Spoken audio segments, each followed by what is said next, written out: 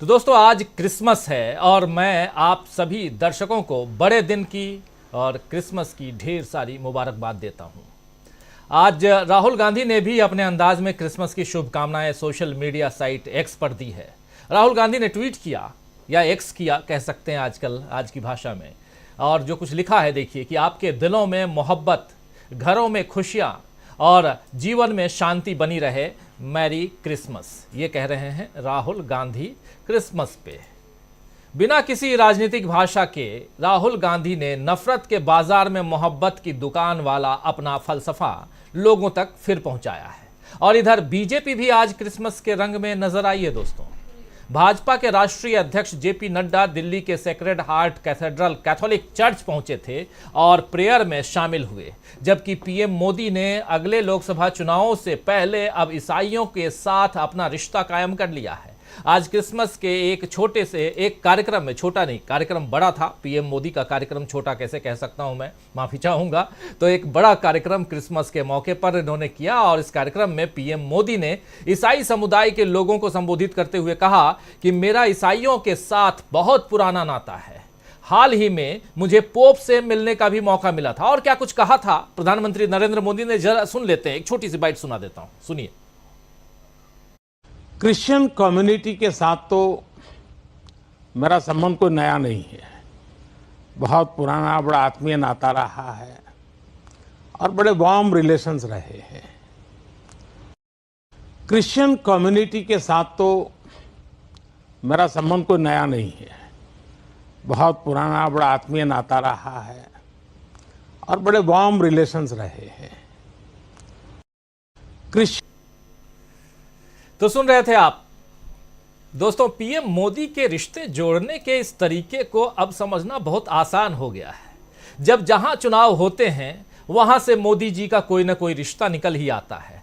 Christian community से तो मेरा बहुत पुराना रिश्ता है, कह रहे हैं प्रधानमंत्री नरेंद्र मोदी। तेलंगाना हो या हिमाचल प्रदेश का चुनाव हो, असम हो या केरल में चुनाव हो, हर जगह मोदी ये बता देते हैं कि उनका वहां से रिश्ता कैसे बना हुआ है। आप याद कीजिए वेस्ट बंगाल में जब चुनाव था तो बड़ी सी लंबी सी दाढ़ी उन्होंने रख ली थी और रविन्द्रनाथ टैगोर की छवि अपने आप में झलकाने की कोशिश उन्होंने की थी। अब 2024 के लोकसभा चुनाव आने वाले हैं और मोदी जानते हैं कि इस बार राम मंदिर का उद्घाटन करके भी जीत तय नहीं मानी जा सकती है, क्योंकि सामने मजबूती के साथ इंडिया गठबंधन खड़ा हुआ है। इसीलिए मोदी अब सिख, बौद्ध, ईसाई ऐसे तमाम समुदायों को अपने साथ जोड़ने की कोशिश करेंगे। हालांकि फिर भी बीजेपी की मुश्किलें कम नहीं होंगी, क्योंकि इंडिया के तेवर तो अभी से तल्ख दिख रहे हैं। इंडिया मतलब जो विपक्षी दलों का गठबंधन, उसकी बात मैं कर रहा हूं। शीतकालीन सत्र यानी विंटर सेशन में थोक के भाव से सांसदों का निलंबन हुआ, आप जानते हैं, और थोक के भाव में सांसदों का निलंबन बीजेपी को भारी पड़ने वाला है। इस निलंबन के बाद ही टीएमसी सांसद कल्याण बनर्जी ने उपराष्ट्रपति और राज्यसभा में सभापति जगदीप धनखड़ की मिमिक्री की थी, जिसका रोना अब तक बीजेपी रो रही है और घूम घूम कर राहुल गांधी को निशाने पर ले रही है। आप बता दूं कि जगदीप धनखड़ साहब को इतनी परेशानी हुई, उन्होंने कहा मिमिक्री से मुझे कोई परेशानी नहीं है, परेशानी मुझे उस वीडियो बनाने वाले से है। कौन? तो राहुल गांधी, जो वीडियो बना रहे थे। लेकिन इसी कार्यक्रम में एक बार मैंने एक सवाल जरूर पूछा था कि आखिर राहुल गांधी जिस मिमिक्री की वीडियो बना रहे थे, राहुल गांधी की वीडियो किसने बनाया है? वो भी एक महत्वपूर्ण है, उसकी तहकीकात भी होनी चाहिए। खैर, एक दीक्षांत समारोह में पहुंचे थे ग्रेटर नोएडा में उपराष्ट्रपति जगदीप धनखड़ साहब, आप देख रहे हैं तस्वीर स्क्रीन पे, और वहां उन्होंने राहुल गांधी पर फिर से निशाना साधा। क्या कुछ कहा है जरा सुन लेते हैं। जगदीप धनखड़ साहब वैसे भी बहुत बड़े नेता हैं, बड़े आदमी हैं, और देश के सेकंड पोजीशन यानी कि राष्ट्रपति के बाद उन्हीं का नंबर आता है, उपराष्ट्रपति हैं। उन्होंने राहुल गांधी को निशाने पर लेना शुरू कर दिया है। क्यों कर रहे हैं ऐसा, इस पर भी हम बात करेंगे, लेकिन पहले सुन लीजिए क्या कुछ कह रहे हैं। मेरा मन रात को माननीय मुख्यमंत्री जी बड़ा दुखी हो गया। हमारे एक पार्लियामेंटेरियन हार्वर्ड में जाकर कहते हैं कि भारत में डेमोक्रेसी पेरिल में है, भारत में प्रजातंत्र को खतरा है। Let me tell you boys and girls, India is the only country in the world that has constitutionally structured democracy at the village level, at the Panchayat Samiti level, at the district level, at the state level, at the central level. India is the only country where power transfer is by the ballot. मेरा मन रात को माननीय मुख्यमंत्री जी बड़ा दुखी हो गया।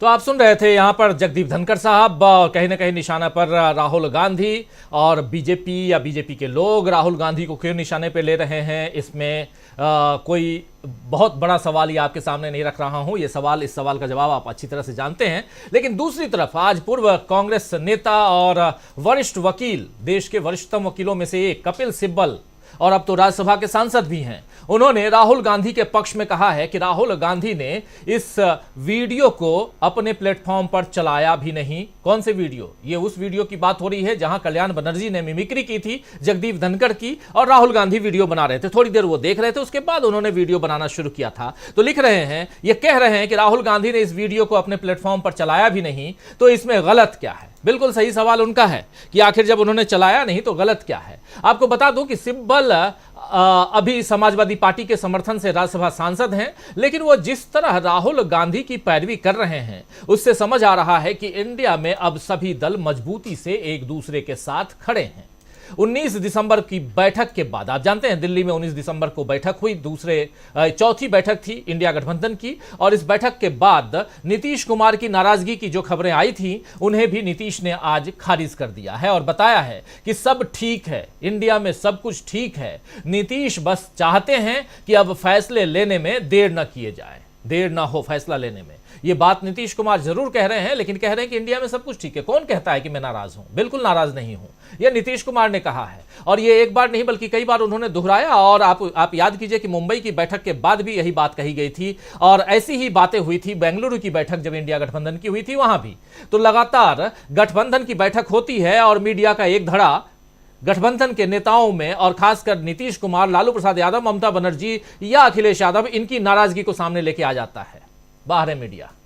और इसी तरह कांग्रेस अध्यक्ष मल्लिकार्जुन खड़गे ने भी आज फिर से एक चिट्ठी लिखकर जगदीप धनखड़ को बता दिया है कि वे आज यानी 25 दिसंबर को उनसे मुलाकात नहीं कर सकते हैं। आपको बता दूं कि सांसदों के निलंबन पर 146 सांसद जो थोक के भाव निलंबित किए गए, उन सांसदों के निलंबन पर चर्चा के लिए जगदीप धनखड़ ने आज की तारीख कांग्रेस अध्यक्ष को दी थी। पहले धनखड़ ने चिट्ठी लिखी, फिर खड़गे ने चिट्ठी लिखी, फिर धनखड़ ने चिट्ठी लिखी। तो यहां चिट्ठी का जो खेल चल रहा है उसमें जगदीप धनखड़ ने कहा कि आइए आप हमसे मुलाकात कीजिए, बात कीजिए, हम लोग बैठ के बात करना चाहते हैं। और अच्छा भी है, लोकतंत्र में बातचीत की जरूरत भी है। लेकिन खड़गे ने अपनी चिट्ठी में यह लिखा था कि लोकसभा और राज्यसभा दोनों से सांसदों का सामूहिक निलंबन पूर्व निर्धारित प्रतीत होता है और सरकार द्वारा पूर्व नियोजित भी प्रतीत होता है। ये आप देख लीजिए, यहां साफ साफ मल्लिकार्जुन खड़गे कह रहे हैं कि लोकसभा से और राज्यसभा से दोनों से सांसदों का जो सामूहिक निलंबन किया गया है वो पहले से निर्धारित है, ऐसा प्रतीत होता है, और सरकार द्वारा पूर्व नियोजित भी है। यानी कि सरकार पहले से चाहती थी कि ये लोग, इन लोगों को, इन तमाम सांसदों को निलंबित किया जाए, और वैसा ही प्रतीत भी हो रहा है, पहले से सब कुछ तय था। इसीलिए यानी कांग्रेस ने साफ साफ बतला दिया है कि सांसदों का निलंबन सरकार की सोची समझी चाल थी, या सरकार ने सोच समझकर ऐसा किया है, और इसके खिलाफ वो लड़ाई लड़ेगी। यानी राजनीति के अखाड़े में अब विपक्ष से बीजेपी को कड़ी चुनौती मिलनी शुरू हो गई है। वहीं कुश्ती के अखाड़े की बात सुन लीजिए दोस्तों, कुश्ती के अखाड़े में भी बीजेपी पस्त दिख रही है। साक्षी मलिक के संन्यास की घोषणा के बाद जाट वोट खोने के डर से बीजेपी ने नए कुश्ती संघ को निलंबित तो कर दिया, लेकिन बृजभूषण शरण सिंह पर अब भी कोई कार्रवाई नहीं हुई है। इसी पर प्रियंका गांधी ने बीजेपी के खिलाफ आज मोर्चा खोला है। प्रियंका गांधी ने एक लंबी पोस्ट एक्स पर डाली है ट्विटर पर, जिसमें उन्होंने बहुत सारी बातें लिखी है, लेकिन एक छोटा सा दो तीन लाइन आपके सामने रखना चाह रहा हूं, जिसमें उन्होंने लिखा है कि जहां भी किसी महिला पर अत्याचार होता है, यह सरकार अपनी पूरी सत्ता की ताकत के साथ आरोपी को बचाती है और पीड़ित को ही प्रताड़ित करती है। देखिए, छोटी मोटी बात यहां नहीं लिख रही है प्रियंका गांधी, साफ साफ कह रही हैं एक आरोप है मोदी सरकार पर, इससे बड़ा आरोप नहीं हो सकता। लेकिन क्या इस आरोप में कहीं दम नहीं है? ये बड़ा सवाल है, बहुत बड़ा दम है। कह रही है प्रियंका गांधी कि जहां भी किसी महिला पर अत्याचार होता है, यह सरकार अपनी पूरी सत्ता की ताकत के साथ आरोपी को बचाती है और पीड़ित को ही प्रताड़ित करती है। सियासत की इस उठापटक में नजर आ रहा है दोस्तों कि विपक्ष पूरी ताकत से बीजेपी को घेरने में लगा है।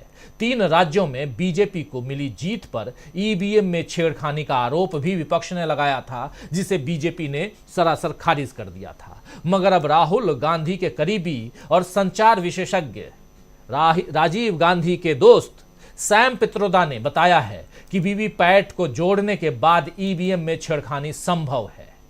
यानी कि यहां वीवीपैट और ईवीएम दोनों, पहले जब ईवीएम में छेड़खानी सपोज नहीं कर सकते हैं, लेकिन सैम पित्रोदा बता रहे हैं कि वीवीपैट को आप ईवीएम के साथ जोड़ रहे हैं तो यहां छेड़खानी संभव है और इसी पहलू पर विचार करने की जरूरत है और इसके लिए एक बड़े आंदोलन की जरूरत है इंडिया गठबंधन को, विपक्ष को, कांग्रेस पार्टी को। यह बात कौन कह रहा है?